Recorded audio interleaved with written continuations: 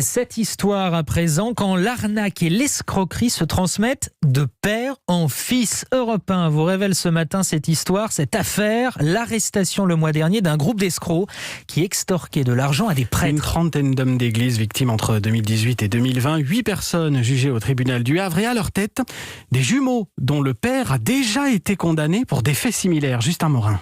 C'est une tradition transmise de père en fils. La cible privilégiée, des prêtres âgés en retraite, la plupart ont plus de 75 ans. Les jumeaux et leurs complices passent ensuite par le téléphone. Ils se présentent comme des paroissiens en détresse. Ils se font aussi passer pour des gendarmes pour prouver leur bonne foi.